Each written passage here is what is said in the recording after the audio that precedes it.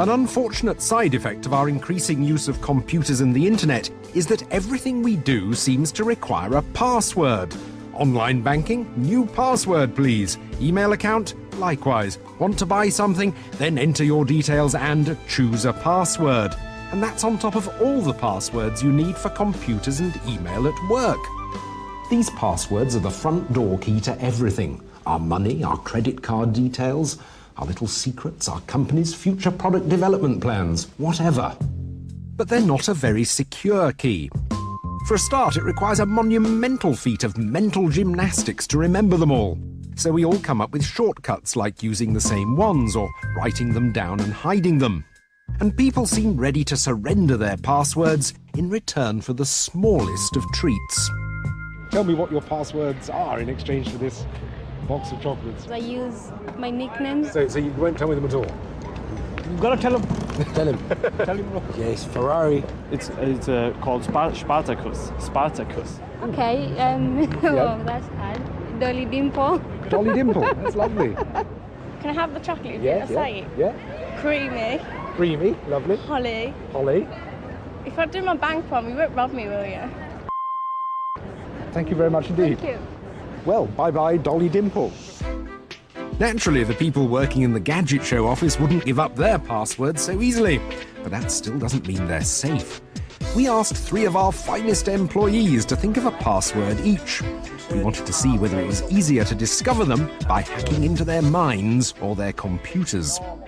To achieve this, we brought in a hypnotist, Jonathan Royle, who tried to find out by hypnotizing them all, and top security expert Dave Duke, who would use his technical skills on their computers. First up, Karen.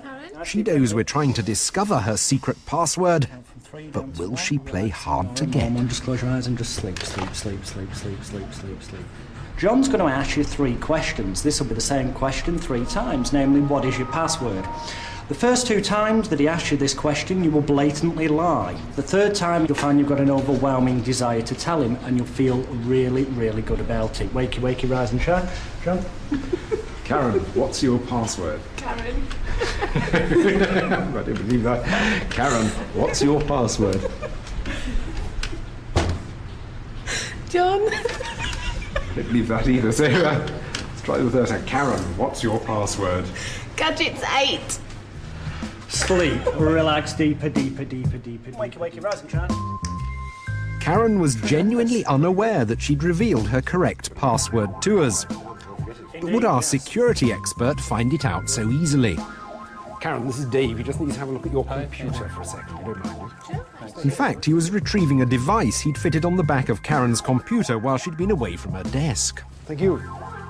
So tell me what exactly you put on Karen's computer. Well, this is a little digital device which actually records keystrokes as people type them directly from the keyboard, as you can see. Yeah. And it can store 65,000 letters inside it.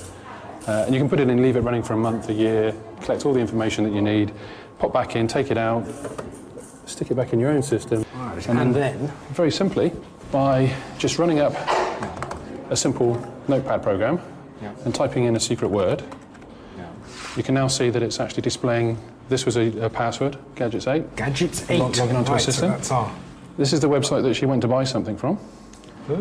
This was her logging name for her credit card details. This was her password, and that's her credit card number. So we've got 2 lots of passwords and her credit card number, just off this thing that costs how much? $50. Worrying stuff, but now it was Jess's turn.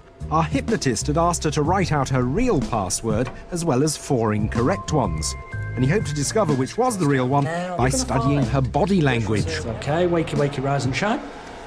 Have you got that list you made earlier? I have, yes. Right, I'm just going to ask you in turn, is this your password?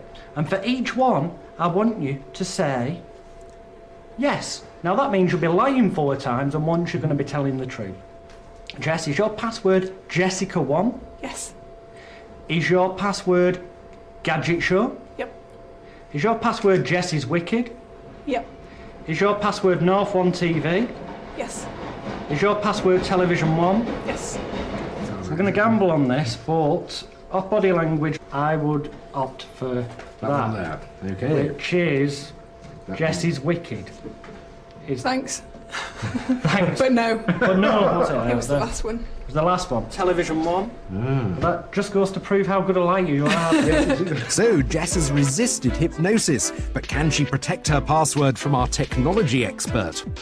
Next, we're going to see how vulnerable Jess's password would be to a dictionary attack. That's where hackers try and crack into a computer system using a special program that contains a massive number of passwords that are tried very quickly, one after the other.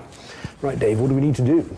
Okay, what we're going to do is we're going to put a password into this tool, and it's going to check, using a hacking technique, how quick it's going to take to break. So just type your password in, press the check password button, cracked it. In less than a second, the hacker would have got that password and have been into your system. What would we need to do to make it more secure?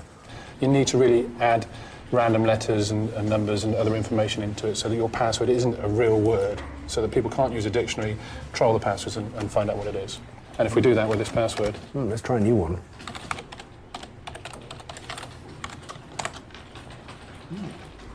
Excellent. A hacker wouldn't have been able to use a dictionary attack on that. So just a few seconds extra thought on your password and makes it much more difficult. Indeed. With Jess now in possession of a more secure computer, it's time to see if James can protect his password. James proved resistant to hypnosis, so Jonathan was forced to try another technique. He asked James to write out his password and then set fire to it in front of me. Now he'll attempt to guess it by studying James typing it out on an imaginary keyboard. This is what I got. I got PAPERCL number 0 P. I've got paper clock. Now, are we anywhere near? You're 80% correct. One letter's wrong and you're one character missing. In fact, Jonathan had used a trick. By writing out his password, James had made it vulnerable to Jonathan's sleight of hand, despite it appearing to be destroyed. Right, let's try the technological approach. We're going to access James's PC remotely. Using widely available software, we're going to hack into his computer and get an exact copy of his computer screen on ours, and we're also going to log all his keystrokes. And our computer expert could do this from anywhere in the world. So James, type in the password, please. Okay, so we'll have a look here, keystrokes, and we can see he's typed paperclip.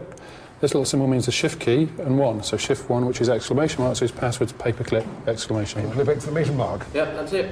What else can you do? Right, what we can also do is we can actually go and have a look in real time at his system. This is exactly what he's doing second by second.